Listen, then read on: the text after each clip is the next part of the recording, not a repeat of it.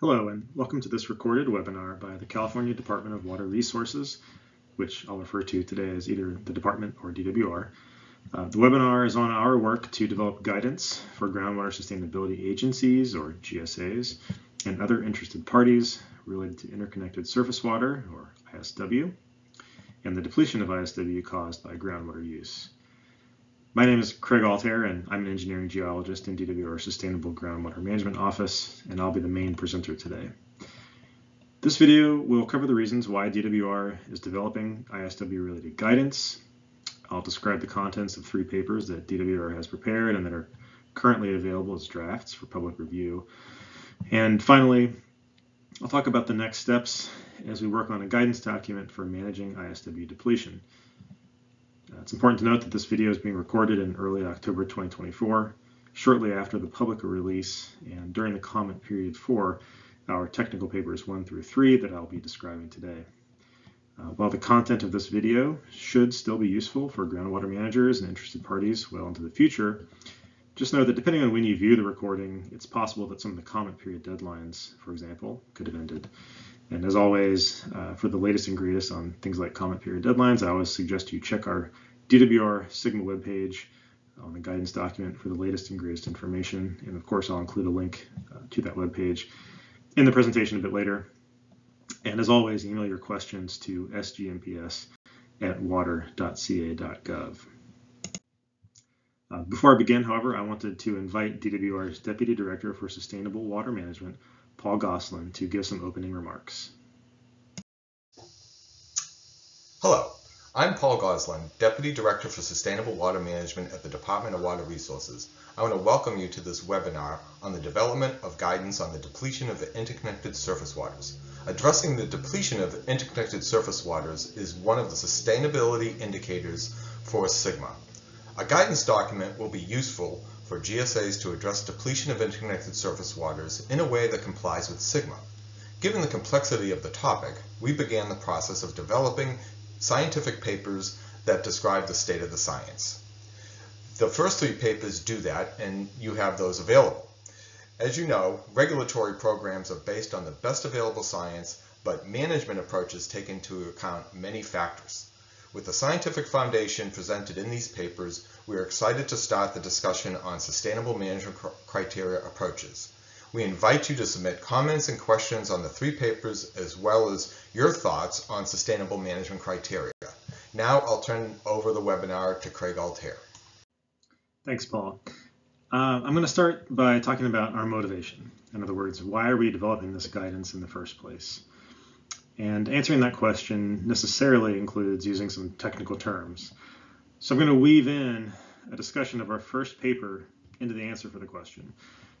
Our first paper is titled Depletions of Interconnected Surface Water in an Introduction, and it provides just that, an introduction to ISW and ISW depletion. Paper 1 defines key terms and introduces fundamental concepts, and having that basic understanding is important as we discuss our motivation to develop these deliverables. I'll then walk through the key points of our papers 2 and 3 that are titled Techniques for Estimating ISW Depletion Caused by Groundwater Use and Examples for Estimating ISW Depletion Caused by Groundwater Use, respectively. I'll round out the presentation with a brief discussion of the next steps for DWR as we move into the fall and winter 2024 and work on drafting our guidance document. It's important to say early in the presentation that my discussion of our 3 papers that again are available now as drafts is really wholly a summary. I'm not going to be discussing any new material related to the technical content that isn't already covered in those papers. If you've already read the papers and you don't have any questions about the material, the technical material, then feel free to skip ahead to the later portion of this video where I discuss our next steps in developing our guidance document. So again, why are we developing this guidance? Well, I'm sure that most of you watching are aware that the Sustainable Groundwater Management Act, or SGMA, defines a series of undesirable results. And one of those undesirable results from the law is stated to occur when depletions of interconnected surface water have significant and unreasonable adverse impacts on the beneficial uses of surface water. That statutory requirement, the definition that I just read there, or the undesirable result, introduces some terms that maybe everyone's not familiar with. So before we continue answering the question of why is DWR developing guidance for depletion of ISW, I'm going to walk you through some fundamental information on ISW and depletion of ISW from DWR's first paper. Paper 1, again, titled Depletions of Interconnected Surface Water, an Introduction. One of the things it does is defines interconnected surface water, and it pulls that definition from the regulations, GSP regulations that the Department of Water Resources prepared. And those GSP regulations define interconnected surface water as surface water that is hydrologically connected at any point by a continuous saturated zone to the underlying aquifer, and the overlying surface water is not completely depleted. So perhaps that definition sounds a little obtuse, and maybe you're still wondering, what does it mean? Well, I'm going to try and show here on the slide, through a series of cartoons that are on the right side of the screen, what interconnected surface water is, and on the subsequent slide, what it is not. Interconnected surface water means that the surface water, which is shown in the lighter blue color here and here, is in direct contact with a saturated aquifer, shown in the darker blue color, kind of below ground in this cross section here and here. That darker blue color is overlaid on the sandy brown to indicate a saturated aquifer, so that the surface water body, again, is in direct contact with that saturated aquifer zone. These cartoons show two different types of interconnected surface water, but of course I note that in reality these two types exist on a continuous spectrum.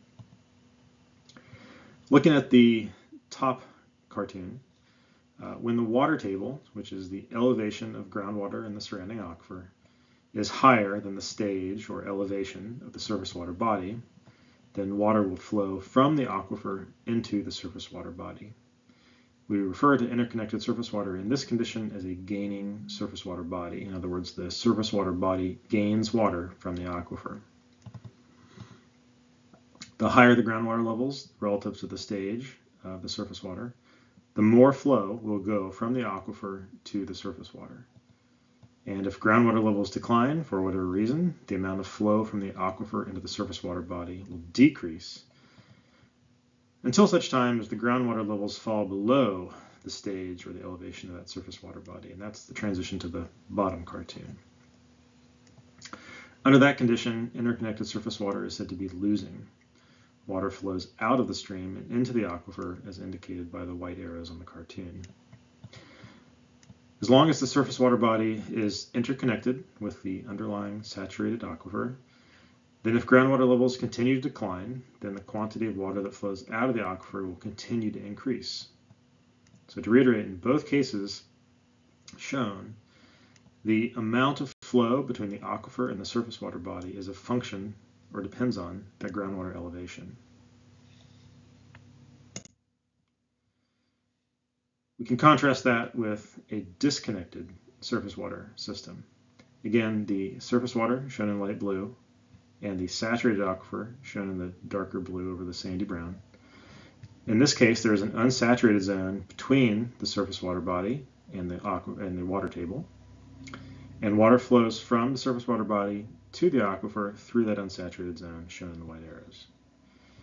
In this case, if groundwater levels continue to decline further from what's shown on the picture, then the quantity of flow between the surface water body and the groundwater system wouldn't change. It's not a function of groundwater elevation.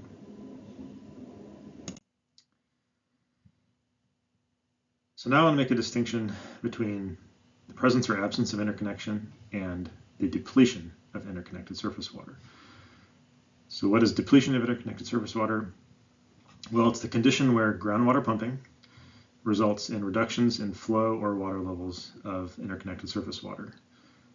Our definition is consistent with SGMA, which is a groundwater management law. And it means that depletion isn't simply a measure of how much a stream loses. Rather, it's how much flow is reduced due to the groundwater pumping in the basin. It's important to note that the depletion of interconnected surface water can't be measured. We can't go stick a gauge in a stream and see how much water isn't there due to the pumping.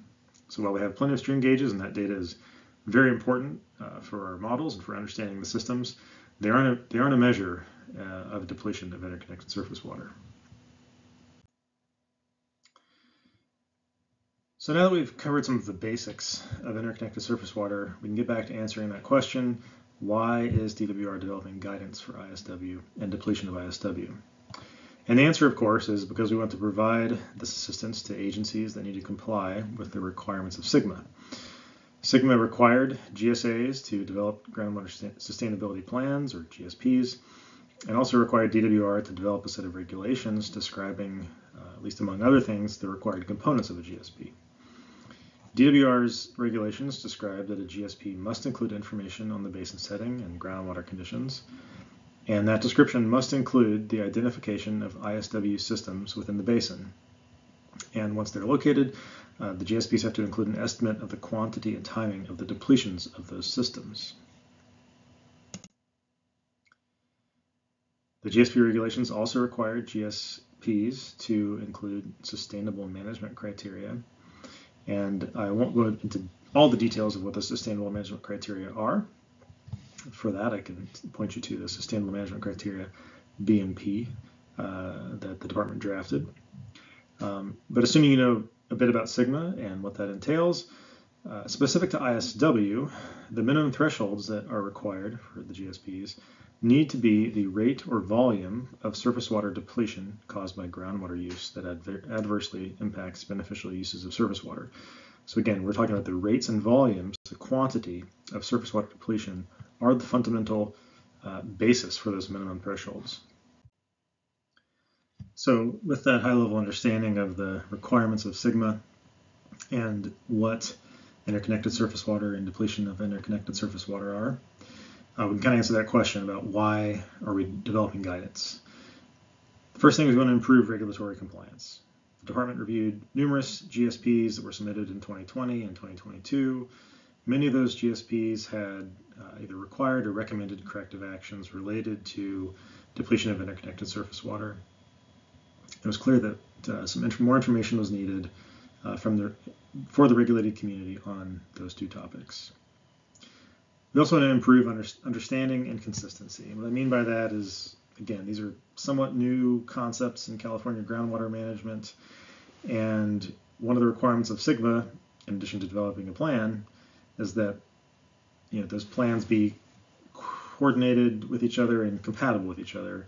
And the requirement that the law places on DWR is to evaluate the effect of one basin or one GSP on the implementation of the adjacent basins GSPs.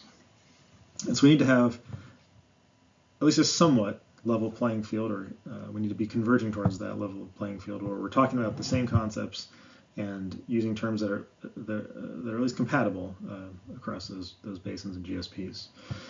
And that led DWR to implement sort of a two-phase approach to guidance. Phase one, which is the technical papers, primary focus of today. You can think of that kind of in that basin setting, groundwater conditions light, the required information for that subarticle 2 of the GSP regulations. That's the domain of these technical papers. The nuts and bolts of ISW and ISW depletion. Phase 2, which is under development or yet to be developed, is the guidance for management of ISW. That phase is underway, but we don't have draft documents available for the public. I'll hit on some of that phase 2 information at the end of the presentation today, and we can talk more about that then. But for now, I want to focus on those technical papers. In the next portion of the presentation, I'm going to go over a few remaining concepts from paper 1, depletions of interconnected surface water and introduction. And then I'll move into some summary of the contents of papers 2 and 3, again, techniques and examples for estimating interconnected surface water depletion caused by groundwater use. Now that we know what interconnected surface water is and is not, It's important to know that the real world is much more complicated than the cartoons on the previous slide might indicate. For one, interconnection between surface water and groundwater is not static in space and time. And by that I mean that, for example, on a stretch of surface water like a river, there can be portions of that river that at a given point in time are interconnected, and other portions of that same river are simultaneously disconnected. It can also mean that at any one point on a surface water body, there can be interconnection during certain times of year, and not others. Or there can be interconnection during some hydrologic conditions, but not others. Interconnection is also challenging to measure. And certainly there are some cases where connection or disconnection is obvious. For example, if groundwater levels in nearby wells are consistently higher than the stream stage at all times, then there's a very good likelihood that the stream is gaining and therefore interconnected. But there are many cases where the interconnection is hard to interpret, given the data that's available to groundwater professionals. An example is shown on the cartoon at the bottom right. In that instance, groundwater levels in a monitoring well some distance from the surface water body are lower than the stage in the surface water body. Groundwater professionals are going to have to interpret whether interconnection in those cases is likely, and they may identify that more data is needed. In addition to understanding that depletion cannot be measured, it's also important to understand that ISW depletion lags the pumping that caused it. In other words, when a well pumps a volume of water out of the aquifer, streams are not immediately or simultaneously depleted. It can take days, weeks, months, years, decades, or even longer for the depletion to occur.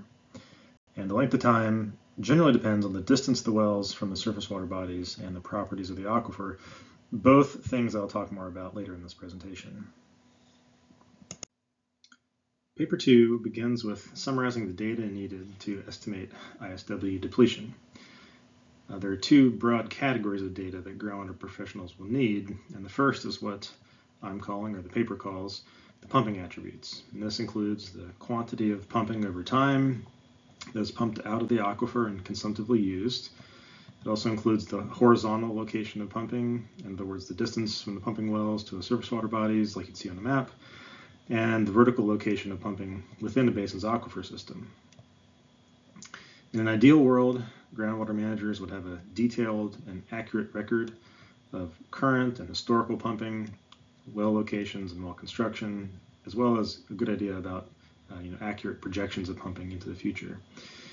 However, most of you listening probably know that in the real world, it's very common, at least it has been, to only have very spotty records of pumping, like maybe for only a particular water use sector, or maybe for only a small subset of time.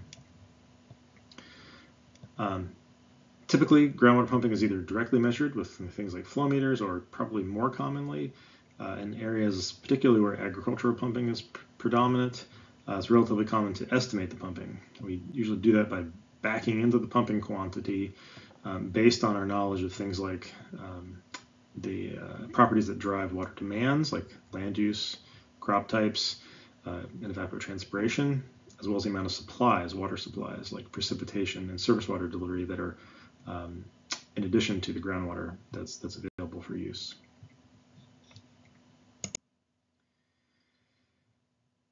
After the attributes of pumping, the second broad category of data that is needed to estimate ISW depletion is the characteristics of the aquifers and surface water beds through which groundwater flows. And here I'm talking about the structure of the aquifer system, so things like the aquifer thickness and geometry, the properties of the aquifer, like the hydraulic conductivity, which is a measure of how readily an aquifer transmits water, and storage parameters of the aquifer. I'm also talking about the properties of the surface water beds through which groundwater flows and enters and interacts with the stream, so things like stream bed conductance. These data on aquifer characteristics are often obtained when developing a hydrogeologic conceptual model, which I'll note is a requirement for all GSPs to have. Some of the department's recent efforts on programs like the AEM, or Aerial Electromagnetic Surveys, I apologize, and the Basin Characterization programs should help to improve and provide more insight on the properties of aquifers and HCM's hydrogeologic conceptual models of California California's groundwater basins going forward. So related to those data needs is the data adequacy. And if you're listening to this and you prepared a GSP for your basin or subbasins, then you know that you certainly have some information already on the pumping within your basin and the aquifer properties within your basin. Again, these are the things that were developed when you're putting together your basin setting and hydrogeologic conceptual models of your basins. Again, those are the fundamental data that you need to estimate ISW depletion. However, I imagine that many of you may believe, and probably correctly, because those data are kind of sparse, that your pumping and aquifer data aren't ideal, that you could have better data with which to inform these ISW depletion estimates. And the department understands that there's going to be, as part of implementing Sigma, an improvement in understanding of how our groundwater basins, of our groundwater basins and how they interact with surface water. And we want to encourage groundwater managers to take practical steps now to reduce the uncertainty in the data they have that will drive their ISW depletion estimates. And that could, again, if we think about those two main sets of data, again, pumping and aquifer properties, it could mean things like implementing metering of pumping more widely, or obtaining better data with which to estimate pumping, like land use records and climate data. It could also mean taking practical steps to obtain better information on the aquifer and aquitard properties, and whether, again, that's including some of the data from the new statewide projects, or incorporating information from new wells and from boring logs from the wells that are being drilled in your basin. Again, those practical steps you can take now to better understand the conditions for pumping in the aquifers will be ultimately useful in ISW depletion estimates and reducing the uncertainty of those estimates. And it's going to be up to groundwater professionals to help decision makers like GSA managers know how much data is enough and when more is needed.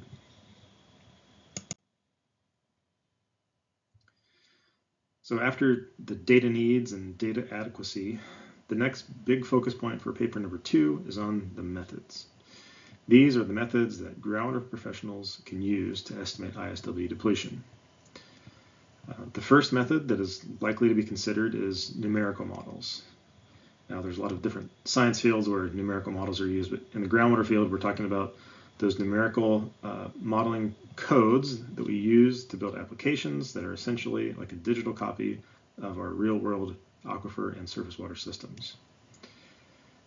When constructing a numerical model, the real world is discretized into a sort of three-dimensional grid comprised of elements or cells, and that those grids are defined both horizontally, like on a map view, and vertically into layers that represent the different aquifers and aquitards, or at least they can represent those different aquifers and aquitards. And the groundwater professionals who are developing these models assign parameters to the grids for things like aquifer properties, so hydraulic conductivity, like I mentioned before. They also apply boundary conditions to represent things like rivers and streams or pumping wells. And then the modeling codes, which some popular ones include the United States Geological Survey's ModFlow code, or DWR has a code called IWFM. Those codes use the numerical methods to solve the groundwater flow equation over the numerical model grid. And then the groundwater models then provide outputs, things like estimated groundwater elevations and flows between groundwater and surface water systems under historical and projected conditions. And I'll describe shortly how these numerical models can be used to estimate ISW depletion. Numerical models can be very simple or very complex, and they generally do require a substantial level of expertise to run and then to interpret the results. However, DWR has observed that a substantial number of the GSPs, more than 90%, that were prepared and submitted so far, have used a numerical model in some way, shape, or form for the development of that GSP. The second method that's likely to be considered is what we call analytical methods. Analytical methods also mathematically represent groundwater flow and aquifers, and they can be used to estimate ISW depletion. However, analytical methods often rely on simplifying assumptions, more so than the numerical models I mentioned just prior. Some of those simplifying assumptions can be that the aquifer properties are constant through space, that pumping doesn't affect stream stage, or that rivers are represented as straight lines and they fully penetrate the aquifer, when in reality, of course, many rivers are not straight lines and our aquifers and the rivers aren't fully penetrating. Analytical methods tend to be quicker to set up and run, but care needs to be taken in light of the simplifying assumptions that I noted above, relative to the generally high level of complexity in many of California's groundwater basins.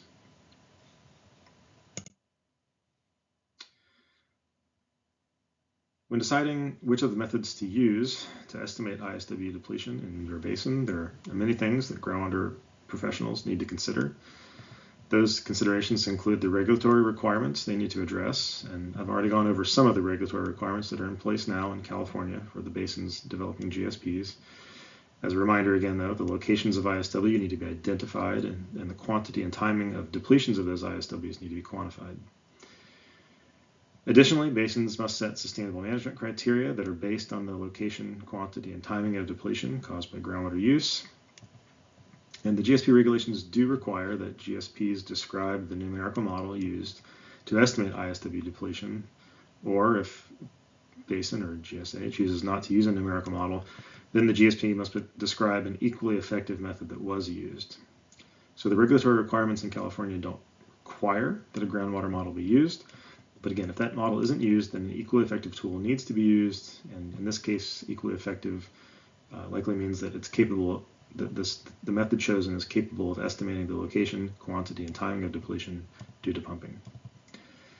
Another consideration is the complexity of the basin, and there's a lot of types of complexity that could include the hydrogeologic complexity. In other words, is your basin comprised of complex aquifers and confining or semi-confining units like aquatards? Are there other things like faults that influence groundwater flow?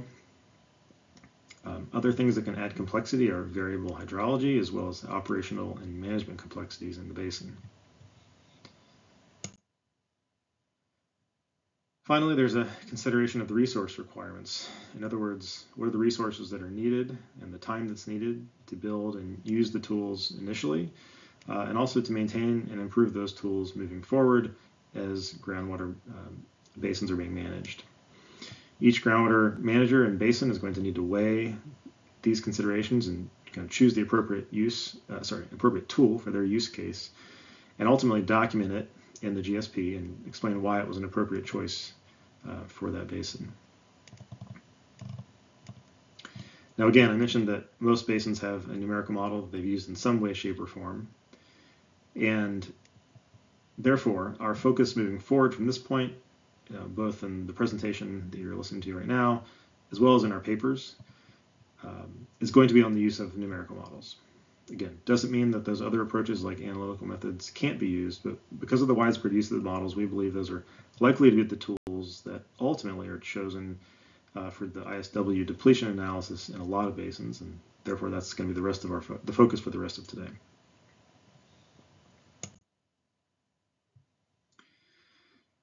So in paper 2, we then describe the basic steps to use a numerical model to estimate ISW depletion. And these steps are consistent with steps described by the United States Geological Survey in their document that they call Circular 1376. The first step is to perform what we call a with pumping scenario. This is essentially the same kind of scenario that GSAs might have used to look at their historical, current, and projected water budgets for their GSP. The model run for this first step is essentially what has happened historically in terms of pumping and management in the basin, and what we think will happen in the future.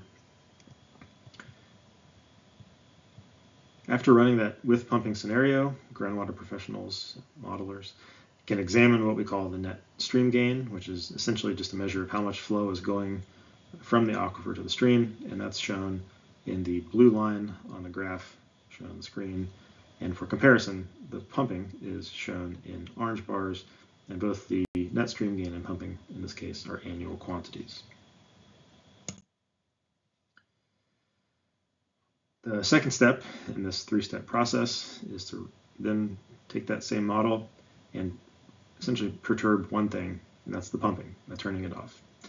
This allows us to see the effect that that one thing, pumping, has on surface water conditions. So we call this run where pumping is turned off a without pumping scenario. Now it's important to note that this isn't a management scenario. In other words, we, BWR, don't expect that turning off all pumping in the real world is the outcome or likely outcome of sustainable management. Rather, the purpose of developing this without pumping scenario is to evaluate the effect of pumping that has occurred or that could occur in the future on ISW. So you can compare model outputs for that net stream gain component from the with pumping scenario, which again was shown in the previous slide and is shown here in the light blue, with the without pumping scenario, which is shown here in the black or dark navy blue line. The difference between those two curves is the depletion caused by groundwater use. And that's shown here. Again, this blue line is essentially the subtraction of those two curves, or the area between those two curves that were shown in the previous slide.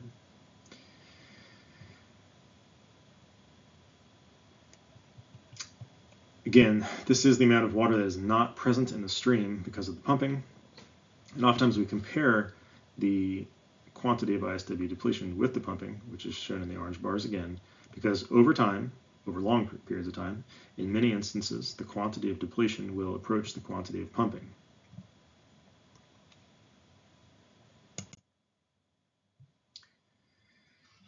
So while the three-step process may sound relatively simple, it's just 3 steps. Again, like everything, it's not as simple as it sounds. There's a lot of complexities that need to be considered when setting up the numerical models to estimate ISW depletion. And paper 3 concludes with some general descriptions of those considerations. I'm not going to go deeply into all of these. I encourage you to take a look at paper 2 to get a better idea. But those considerations include the modeling codes that are used. Again, I mentioned ModFlow and IWFM. It also includes the packages from those codes that are being used because they all have different options. And so then choosing the right packages to estimate, or sorry, to simulate conditions in your basins for things like streams and wells. Another important consideration is the temporal extent of your simulations. Essentially, how far back in history and into the future, as applicable, are you projecting pumping and ISW depletion conditions? Because of the lag effect that I noted before, it's important to look at a sufficient time period when you're simulating groundwater conditions for ISW depletion estimates. Other important considerations include the spatial extent and resolution of your model. The spatial extent being essentially how big of an area are you including. That's important because it's possible that pumping can deplete streams that are quite far away and even outside of your basin. I'll talk a little bit more about that a bit later today. The spatial resolution means how refined are those grid cells or elements in your model. If they're too coarse, then it may be difficult to represent, for example, surface water systems accurately. Another important consideration is the vertical extent and resolution. And this is similar to the spatial extent that I just talked about, except now we're talking vertically into the aquifer. Is your resolution sufficient to represent the key aquifers and aquatards in your model that exist in the real world? Another consideration is the surface water representation. Are you actually representing all of those relevant surface water bodies that could be interconnected and that therefore could be subject to depletion due to pumping? And lastly, a big one is model calibration. If we're going to use a groundwater model, calibration is an important topic. Groundwater scientists and professionals that build these models start with their best estimates of properties that are occurring in the aquifer, for example. And the models are generally adjusted, or calibrated is kind of the term of art that's most often used. And that calibration process essentially involves adjusting the parameters so that model outputs, for example, simulated groundwater levels, most closely match observed groundwater levels. It's important to consider how well your model is calibrated and therefore how much uncertainty there may be in the estimates of ISW depletion.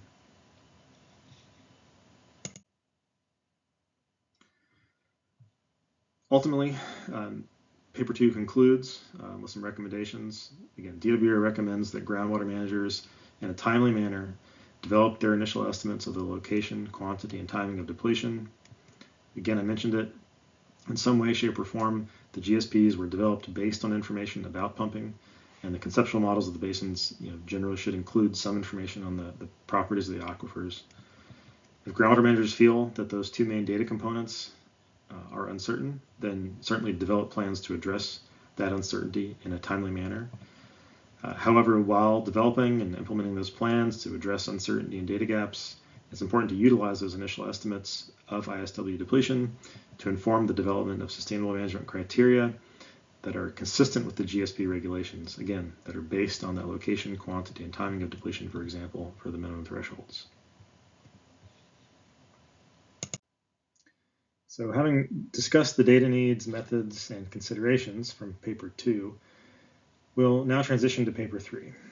The purpose of paper 3 is to show readers the outcome of using that 3-step process for using a numerical model for estimating ISW depletion that we showed in paper 2.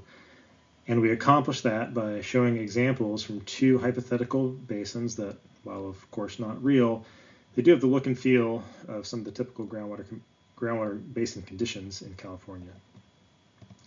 We include one example, which we call Basin 1, that has a relatively longer response time due to things like the larger area of the basin and a more complex aquifer system. Basin 1 also has more jurisdictional complexity, with 2 subbasins, west and east, multiple streams shown here, stream A, stream B, and stream C. And I'll note that there are agricultural pumping areas in both basins. We also have a second example in our paper that we call Basin 2. Basin 2 is intended to be more representative of basins with shorter response times between pumping and depletion, so think smaller river valley basins. I won't go into kind of the outputs or the graphics from Basin 2 much today because this goes for the entirety of paper 3. There are a lot of graphics in that document that we could show, and while I personally think that they're all very exciting, of course, I know that it can seem like a little bit much to show just an endless stream of graphics. So that being said, I'm only going to show a subset of the graphics from paper 3, and I hope that, if that interests you, you take a closer look at that paper.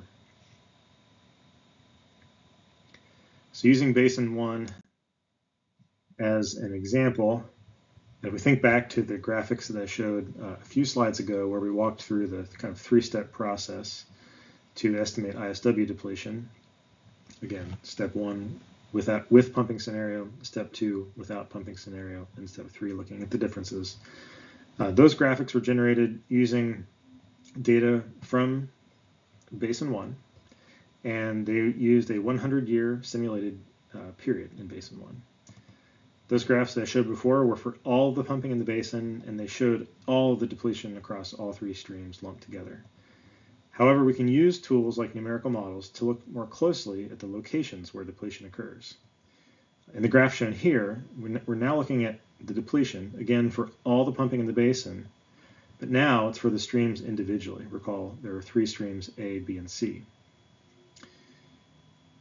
Although not shown, these same techniques that I already described earlier, this 3-step process, can be used if there is a need to look at even more refined spatial distributions or outputs related to ISW depletion, for example, by breaking one of the streams into multiple segments. We can also use the numerical models to look at the depletion caused by pumping from different areas. In this example, shown on the slide, we can separate out the depletion caused by pumping in the west and east subbasins. Again, west subbasin, which is on this graphic shown in the darker green area, and on the graphs of the darker green graphic traces. And we can also look at the pumping from the east subbasin, which is shown in the lighter green color on the map and on the graphics.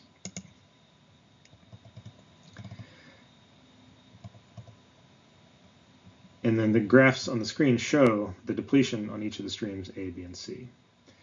So one interesting thing that you might want to note on this figure is looking at stream C, which again is located entirely in the east subbasin here. We can see that pumping from the west subbasin depletes stream flow in stream C here. This has implications for subbasins that are hydraulically connected. What it shows is that pumping from within the subbasin has a potential to deplete interconnected surface water in adjacent subbasins, even if those interconnected surface waters are not within the subbasin of interest where the pumping is occurring.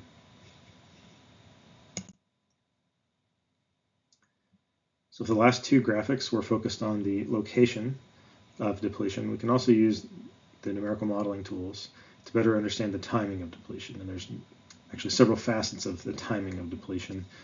But I mentioned earlier that Subbasin 1 had a relatively long response time, and these graphics show that.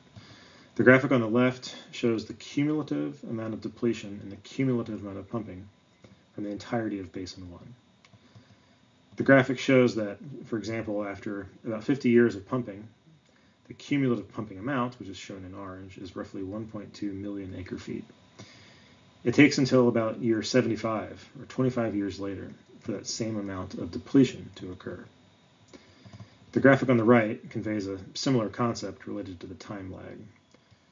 This graphic was generated with the same general techniques, the three-step process that I've described, but with a slightly different scenario. In this case, the with pumping scenario only includes pumping for the first 50 years, which, as you'll see in the paper if you read it, is what we describe to be the historical period. And there's no pumping in the projected period, the latter 50 years. Comparing that scenario with our no pumping scenario allows us to see how depletion due to only the historical and current pumping conditions persists into the future. And we can see that it persists for more than 25 years. In paper 3, we call that depletion. It will occur in the future, but due to historical pumping practices, the residual depletion. And it's important to know that that residual depletion is essentially locked in. It was caused by the historical pumping practices, and therefore, because we can't go back in time, it can't readily be changed.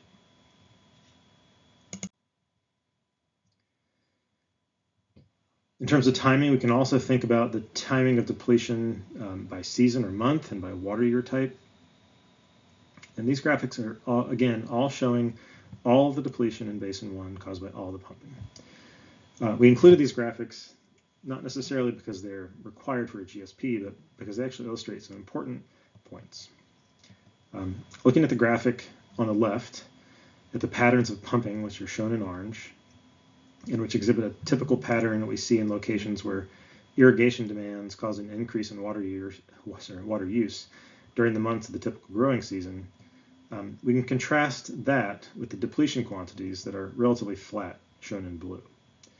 And it may seem counterintuitive at first because you may think that depletion would increase when pumping increases. However, because of that lag that I mentioned many times already, the depletion quantity is effectively smeared over the months and becomes a relatively steady quantity. That same can be said for depletion across water year types. Again, because of the lag, a unit of pumping that occurs during a dry year, for example, may not cause the maximal amount of depletion for a number of years into the future. And the timing that occurs could be during dry years, but it could also be during wet or normal or other water year types. And as a result, we see a relatively flat response in the depletion across water year types.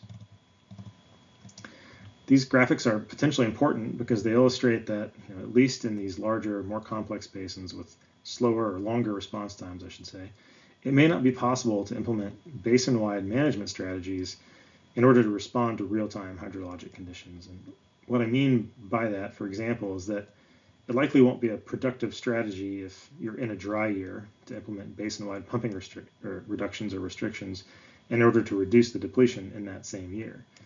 By that time, it's almost too late for those basin-wide strategies, and groundwater managers, if they deem it applicable, may need to look at more focused or targeted management strategies in those cases. I'll conclude my summary of paper 3 with some of our graphics on management strategies. So paper 3 shows how numerical models can be used to look at different management strategies and their effect on ISW depletion. If depletion, as I described earlier, is a function of pumping, then of course modulating the pumping in the future is one method that groundwater managers can use to manage for ISW depletion. The graphic on the left shows a few different pumping management strategies and how they impact ISW depletion. The graphic on the right is a very simplified example of how implementing a Managed Aquifer Recharge Project, or MAR, could also impact ISW depletion. And I'll just note that examining MAR scenarios is going to be, in the real world, more complicated than this because water is only available at certain times, and we also need to make sure that that water is real and not depleting stream flow. But again, at least in theory, I think groundwater managers can use these types of methods to examine these management strategies like pumping reductions or pumping scheduling, and then MAR as well. So that wraps up my summary of our ISW depletion papers 1 through 3. I mentioned at the start that I wouldn't cover new information, and so hopefully I didn't anywhere in here. But I also wanted to mention that I didn't, by any stretch, cover everything that's in those papers, or this would have been a much longer presentation, and you can thank me for not making you sit through, another hour of me talking. But I do encourage everyone interested to download the papers from our website, review them, and please provide comments. Now, since this is a recorded webinar and things like public comment periods are subject to change, rather than give you the date that the public comments are due currently, I'll just say that I encourage you to check our website where you'll find the latest information on the dates that public comments that we're requesting, I should say, public comments to be submitted by. When you are ready to submit your public comments, please send them to the email address shown, sgmps@water.ca.gov.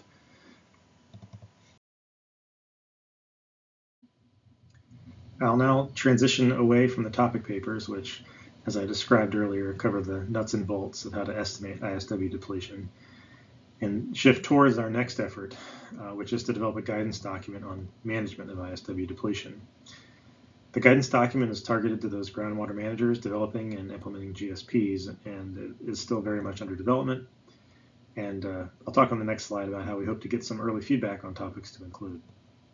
But regardless, it's likely that the guidance document will cover at least the following 3 topics. The first is management considerations. So I covered earlier some of the statutory and regulatory requirements that GSA managers need to comply with in their GSP, things like minimum thresholds and other sustainable management criteria.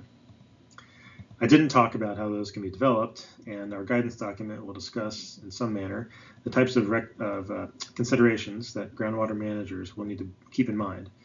Things like the beneficial uses of surface water that could be impacted by depletion of ISW, as well as other regulations and programs that GSAs should be aware of as they develop and implement their plans. The second topic is how to address demonstrating progress towards implementing a GSP and achieving sustainability.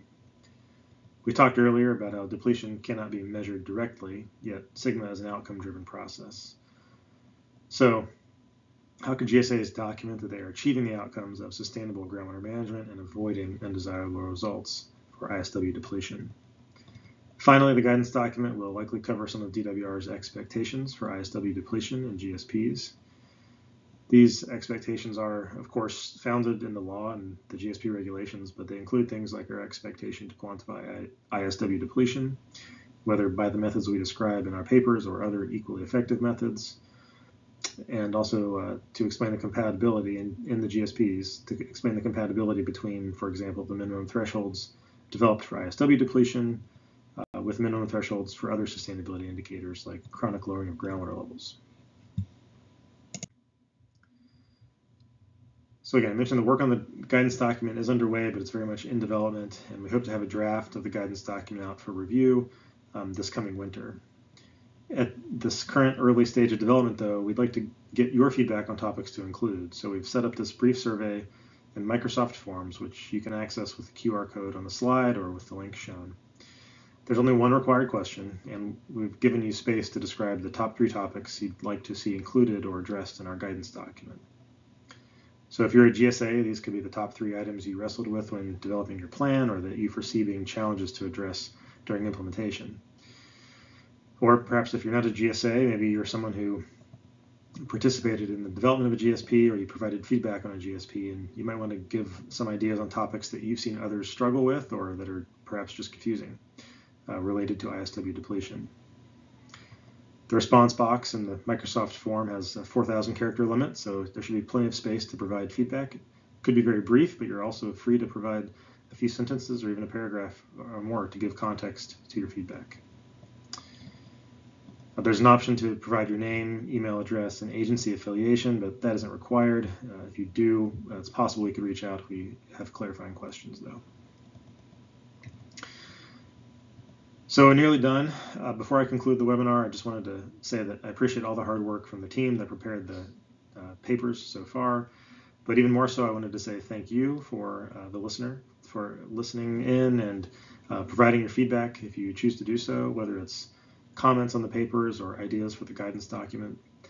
We know that ISW depletion is a complex topic and one that's sure to generate lots of feedback and ideas. And we look forward at DWR to working with all of you on advancing this topic and doing our part to implement Sigma. Thank you.